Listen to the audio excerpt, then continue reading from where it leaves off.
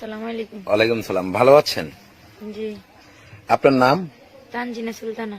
তানজিনা সুলতানা। তো তানজিনা সুলতানা, আপনার মাও নেই বাবাও নেই, যেটা আমরা শুনতে পারলাম।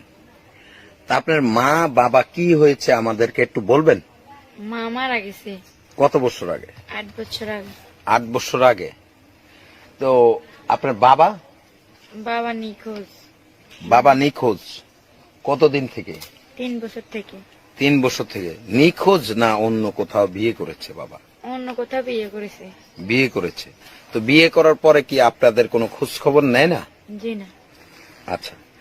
তো এই যে আপনাদের যে কোনো খোঁজ খবর নেয় না, আপনারা কিভাবে চলেন, কিভাবে খাওয়া দাওয়া করেন, কোথায় থাকেন? আপনি এখন কার কাছে আছেন? আমার দাদুর কাছে। দাদুর কাছে।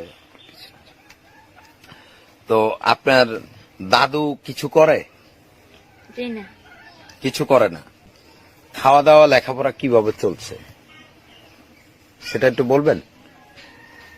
কিন্তু অবসর সময়ে মানুষের কাজ করি, কারো হাই পাতিল, কারো ছেলে মেয়ে দেখাশোনা করি, কারো অনেক ঘরের কাজ করে, দিলে কিছু দেয়, দিলে খাই, না দিলে মাদ্রাসে চলে যাই। আচ্ছা, তো আপনি কি এই যে খাওয়া দাওয়া ঠিকঠাক ভাবে করতে পারেন? জি না। ঠিকঠাক ভাবে খাওয়া দাওয়া করতে পারেন না? জি না। তো আপনি এখন কোন ক্লাসে পড়ালেখা করছেন? ক্লাস 8-এ। ক্লাস 8-এ? জি। আচ্ছা। তো এই যে ক্লাস 8 পর্যন্ত আপনার বাবা 3 বছর আগে যখন আপনাদের কাছ থেকে চলে গেছে, তখন কি আপনার বাবা লেখাপড়ার খরচ দিত? আগে দিত, কিন্তু এখন আর বাবা অনেক মা অনেক কেউ দেয় না, কিন্তু বাড়ির আশেপাশে কেউ সাহায্য করে। বাড়ির আশেপাশের মানুষগুলো সাহায্য করে? জি। আচ্ছা, তো ওই সাহায্য দিয়ে কি আপনাদের চলে? জি না, ঠিক মতো চলে না। অনেক সময় ক্লাসে সবাই ফিস বেতন দেয়, কিন্তু আমি দাঁড়াই থাকি, খাতা কলম মেলে মাদ্রাসা যেতে পারি না। অনেক সময় সবাই আমার সাথে বান্ধবীরা ভালো পোশাক পরে মাদ্রাসায় আসে, কিন্তু আমি ভালো পোশাকও পরতে পারি না, তাদের সাথে মিশতেও পারি না। তো আপু, এই যে মা নেই বাবাও নেই, আজ লেখাপড়া করতে আপনার কি কি ধরনের প্রবলেম গুলো হয় সেটা একটু আমাদেরকে বলেন।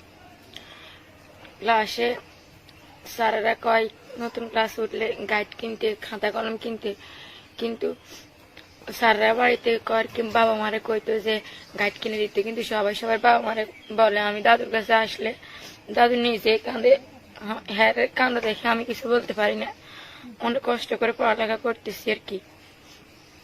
এরপরে খাতা কলম এগুলো কোনো সময় কেউ দেয়, না দিলে অনেক সময় স্যাররাই সাহায্য করে, অনেক সময় হ্যারও দেয় না। কারণ গেছে বছর আমি 80 সেন্টার দিতাম, কিন্তু 600 টাকা আমি 80 সেন্টার দিতে পারি না, 1 বছর গ্যাপ গেছে। আজকে যদি আমার মা থাকতো তাহলে কষ্ট করে হইলো আমার পড়াশোনা করাইতো।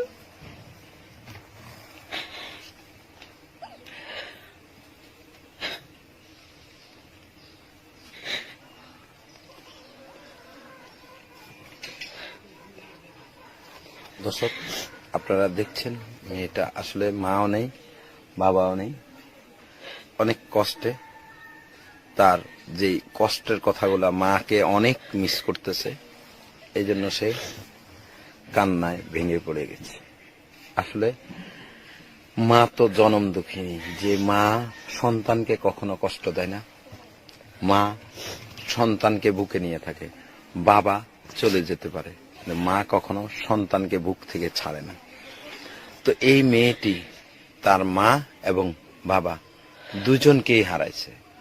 আসলে দাদির কাছে থাকে, দাদিরও তো সেরকম অবস্থান নাই, তার দাদা আছে কিনা সেটাও আমরা জানি না, আমরা তাকে জিজ্ঞেস। আচ্ছা, আপনার দাদা আছে? জি না। দাদা মারা গেছে? জি। কত বছর আগে? মা মরণের 1 বছর পর দাদা মারা গেছে। মানে আপনার মা মারা যাওয়ার 1 বছর পরে আপনার দাদা মারা গেছে? জি। আচ্ছা।